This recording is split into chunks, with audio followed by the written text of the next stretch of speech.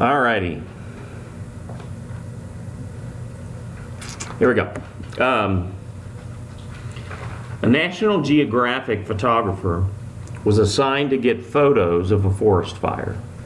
There was too much smoke at the scene, and so he called a local airport and asked whether he could hire a plane to take him up.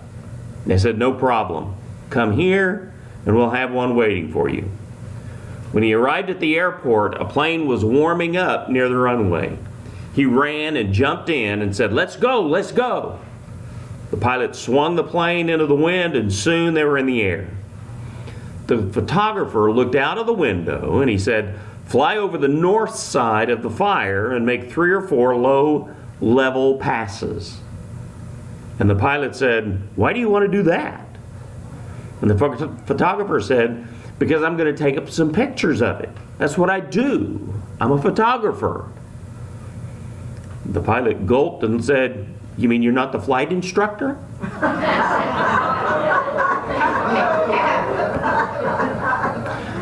I would imagine these guys knew what it meant to feel a sense of panic. Okay? And there's a good probability that each of us knows what it feels like to be panicked at some point or another. I'm sure we've felt that at some point or another in our lives. We've all been in situations that caused us to panic. Back in the day when you found out that you weren't going to be able to meet an important deadline at work, or when you discovered that you didn't have the money to pay a bill, or when you woke up in the middle of the night and your left arm was numb, or when you felt a lump under your skin, or back when one of your children stormed out of the house in an act of rebellion and didn't come home for hours. All of us have felt panic. And when some people panic, they become unglued. Others face panic more stoically in an attempt to mask the fear that they feel. Regardless of how we each handle panic externally, the internal result is the same. We become immobilized and powerless. So tonight I want us to take a look at a psalm that David wrote after he had endured a fit of panic. And it almost got the best of him, but he overcame it through the power of God. Afterwards, as he reflected on the experience, he wrote this psalm. We're not sure exactly what David went through, what led up to the fact that he went through this panic attack and this sense of panic. Though there are a couple of verses that maybe give a hint to what was going on. So turn to Psalm 31. Psalm 31 is where we'll be for the majority of the night. But look at verses 21 and the beginning of verse 22. Verse 21 and 22. And this kind of gives us a clue about what was going on. David says, "May the Lord be praised, for he has wonderfully shown his faithful love to me in a city under siege. In my alarm, I had said, I am cut off from your sight." So David was under attack, either figuratively or literally. But he got over it. And this psalm shows us how. So if you're under attack right now, if you feel a sense of panic right now, there are 3 things that this passage, that this chapter, I think, we need to keep in mind. And if you're not feeling panic at this point, once it comes sometime in the future, try to think back to these 3 things. The first thing, when panic attacks, don't trust your feelings. Look at verse 22 again. In my alarm, I had said, I am cut off from your sight.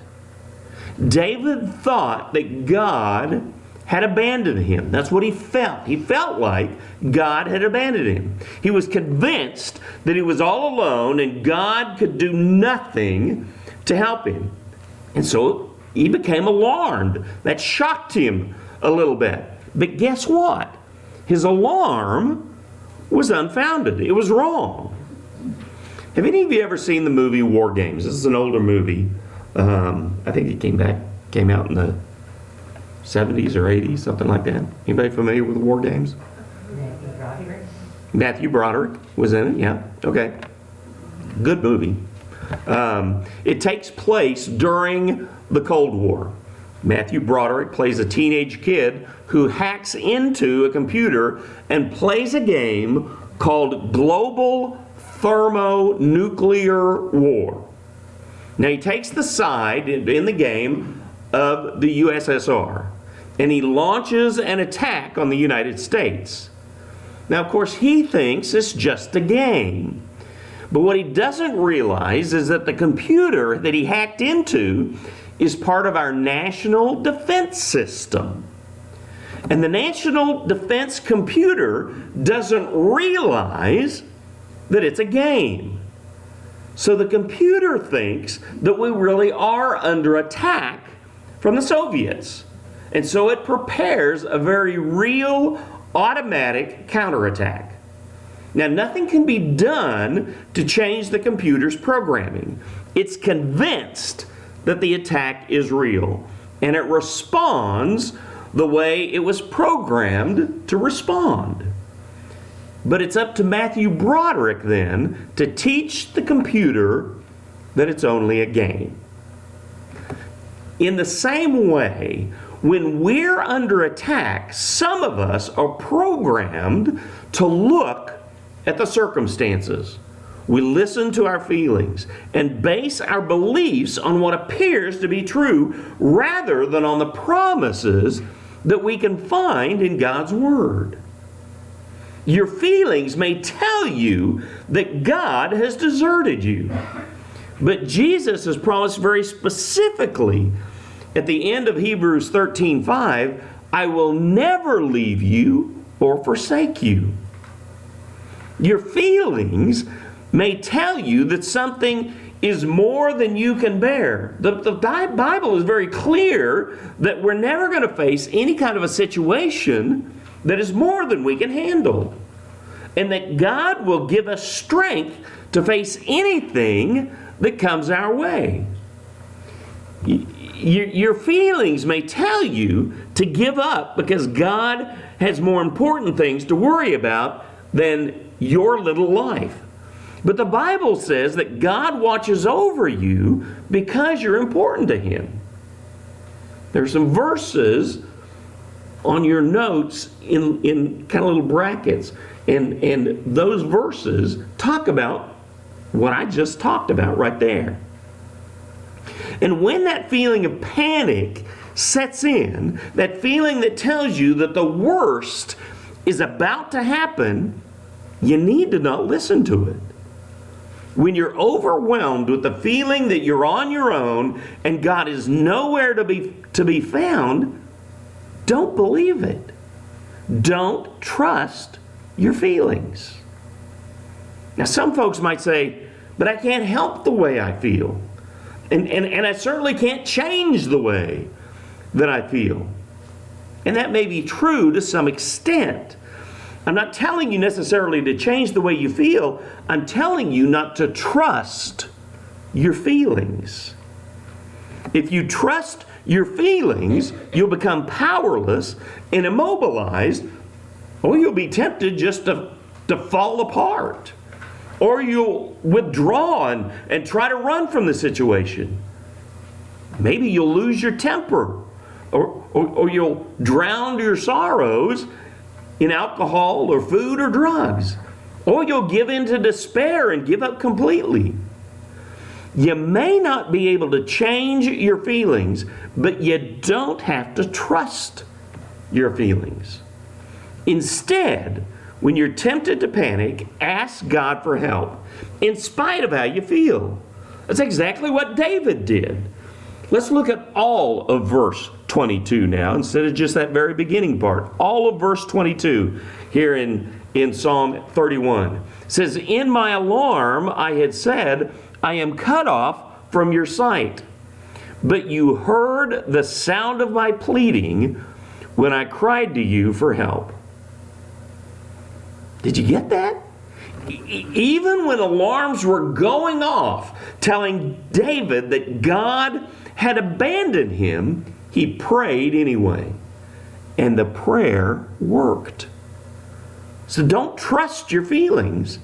Trust God. When your feelings run out of control, cry out to God for help, because He's there and He's going to hear you. Secondly, when you're tempted to panic, put other people out of your mind. In the church that I grew up in, once I got into junior high school, I was able to then join the youth choir. Couldn't do that until you got to junior high school. And I couldn't wait, because I loved to sing. I've always loved to sing. About 6 months after I joined the youth choir, the music minister came to me and asked if I wanted to sing a solo in church. I initially told him no. No way was I going to do that. He asked again a few months later, and I again said no. And he asked why. And I told him because people were going to laugh at me if I sang. You see, my voice didn't change until I was actually in high school. And I knew that the youth weren't going to laugh at me because they knew how I sounded, because I was in youth choir. But when you're in a choir, everybody's voice is coming out, and not just yours. And I was afraid people were going to laugh at me, a young man standing up there to sing, and I sang like a girl, because my voice hadn't changed. I would have fit in great with the Vienna Boys Choir. Let's put it that way. I had a very high soprano voice when I was in junior high school. Like I said, it didn't change until I got to high school. Well, I was projecting what I thought everyone would think into the situation. And his response to me was, who cares what everyone else thinks? Now, one thing that makes a panicky situation go from bad to worse is allowing yourself to be concerned about other people. Don't worry about what they think. Don't worry about whether they like you or not. Don't worry that they may laugh at you or take pleasure in your tragedies. I hate to say this, but it's a sad truth. No matter who you are, there are people who don't like you. They probably don't have a good reason, but some folks are just so bitter and angry that they don't have it in them to be a friend. They would rather be your enemy. This kind of a person would be happy to hear that you're having some kind of problems, whether it's money problems or marital problems or health problems. It's just an unfortunate fact. But there are people in the world that are like that. And when you face a difficult situation, if you start worrying about what they think, you're going to have a hard time focusing on the solution. David knew firsthand about this type of person. He'd run into it more than his fair share of the time. Listen to what he says. Look back at verses 11 through 13. He said, I am ridiculed by all my adversaries, and even by my neighbors. I am dreaded by my acquaintances. Those who see me in the street run from me. I am forgotten, gone from memory like a dead person, like broken pottery. I have heard the gossip of many. Terror is on every side. When they conspired against me, they plotted to take my life. Now, let's face it, most of us don't have it near that bad. I mean, that sounds pretty horrible. I would venture to say most of us don't have near that many enemies out there in the world. But we all do have to deal with difficult people.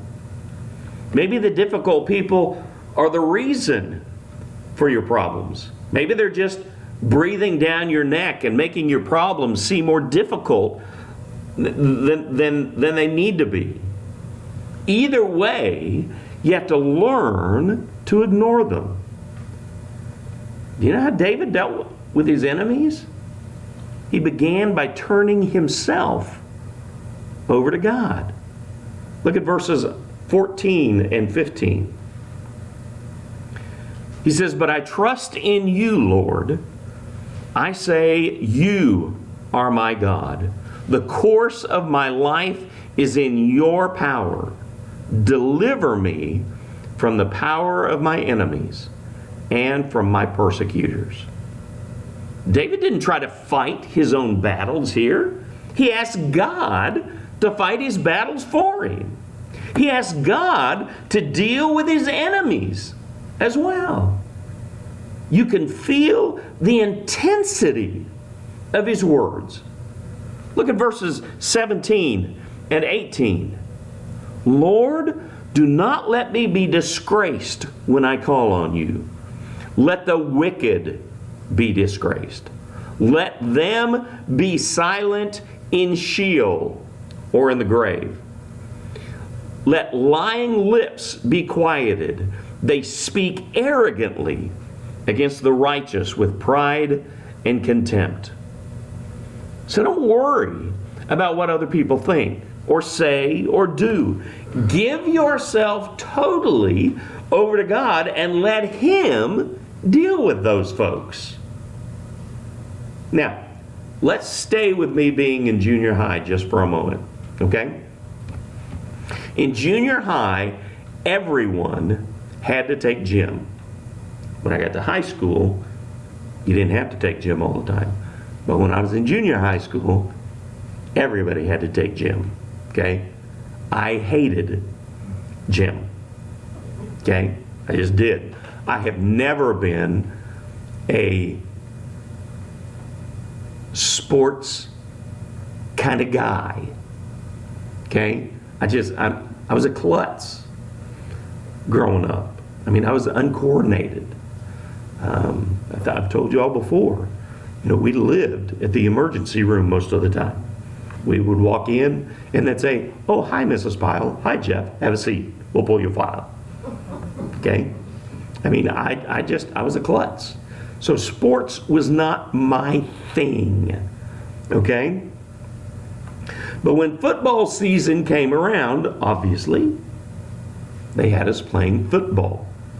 I think the coaches at that point were probably just trying to find some kind of a sleeper person that somebody who was good at football, who they hadn't come across yet, that they could then talk into being on the football team, and then hopefully he'd go up into high school and be able to play there as well. I don't know, but I wasn't very good at it. And they would make you play all the positions so that so that they could figure out if you were good at it or not. I don't know. I don't know the reasoning behind it. I was in junior high school, and it just, for me, it was just, I hated it. That's all I knew. I hated it. Well, one time, I was supposed to be the guy who went out to catch the ball. I was supposed to be the receiver. And I was supposed to run out about 10 yards and then cut to my left and look and try to catch the ball if it was thrown to me. All the while hoping and praying it would never be thrown to me. Okay? Just so you know. Okay? I would run out. I would turn to my left and run over. And somebody on the other team was always right there. They were always just right in the way. And I thought, what am I doing this for? And I finally thought, I know what I'll do. On the next play, I'll run out. Instead of going left, I'll go right. And that's what I did. I ran out, and I went right instead of left, which left me wide open. Because the other team, the guy had gone left. I didn't talk about this with anybody else on the team, like the quarterback. So when he threw the ball, he threw it left. And it was intercepted. After that play, the coach was like, Pyle, what are you doing? And I said, well, the guy was all over me when I went this way. So I went the other way. And the coach said, what you need to do is run the play that you're supposed to. You need to stay with the play that you're supposed to be on. Run the route that you were designated to run. That's actually pretty good advice for life. Don't panic when somebody is standing in the way. Just run the route that you're supposed to run. Don't get off course. Don't get sidetracked into fighting a battle that God doesn't want you to fight. Don't let criticism hold you back. Just run the route that you're supposed to run. Speaking of running, that brings us to the third point. When you're tempted to panic, run straight into the arms of God. When you read this psalm, you see how this situation had affected David, because it really knocked him off his feet. But listen what he says. Go back to verses 9 and 10. Verses 9 and 10. It says, be gracious to me, Lord, because I am in distress. My eyes are worn out from angry sorrow, my whole being as well. Indeed, my life is consumed with grief, and my years with groaning.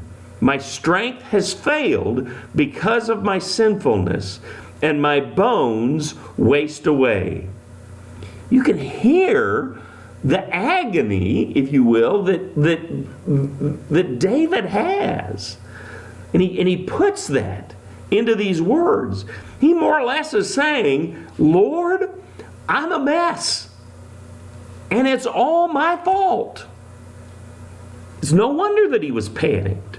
No wonder he thought God had deserted him. It would have been very easy for David to think, there's no way God will ever have anything to do with me from this point on. But instead of running from God, David ran to God, because he knew God's love was bigger than any mistake that he was ever going to make. Look at verse 7. He says, I will rejoice and be glad in your faithful love, because you have seen my affliction. You have known the troubles of my life. God knows what we're going through. And more than that, he understands. If you're tempted to panic, he understands. Even if you brought it all on yourself, he understands. It's not too late. You can still turn it over to him, and he's going to help you out. The situation may seem hopeless, but it's not hopeless to God. If you feel like a deer caught in the headlights and there's only one thing that you realistically can do, if you've got nowhere to run, you've got to know where to run. And that's to God. Before you panic, run to God as fast as you can. Now, what do I mean when I say run to God? What does that actually entail? Ask God for help. Which is what David did. Look at verse 2. Listen closely to me. Rescue me quickly. Be a rock of refuge for me, a mountain fortress to save me. Have you ever heard someone criticize those who turn to God only because things have gotten bad in their life? I have. I've heard people who have done that. In fact, I'll be honest with you, there have been times when I've been guilty of that myself, of criticizing someone who has turned to God only because everything seemed to be falling apart in their life. But what we need to remember is that we should never listen to other people. And God never criticizes those who turn to Him. No matter what the circumstances are that drove them there, don't be afraid to ask God for help. And next, give everything you have to God. Look at verse 5. David said, "Into your hand I entrust my spirit. You redeem me, Lord, God of truth." Learn to say, God, you're my only hope. I have no plan B if I fail, if all of this falls apart. I'm putting all my trust in you. And next, lead God, or let God lead you. Look at verses 3 and 4. He says, "For you are my rock and my fortress. You lead and guide me because of your name. You will free me from the net or the trap that is secretly set for me. For you are my refuge." Whether you set the trap yourself or whether someone else has set it for you, God will set you free. He'll show you a way out. So quit looking at the trap and start looking to God. Let Him lead you. We panic when we feel helpless, when we feel powerless. But thanks to God, we're never alone, and we're never powerless. We have His power to help us out. When you're tempted to panic, you don't have to face the situation on your own. When you've got nowhere to run, you've got to know where to run. And that is to God. Run to God and let Him save you. Take out your prayer sheets.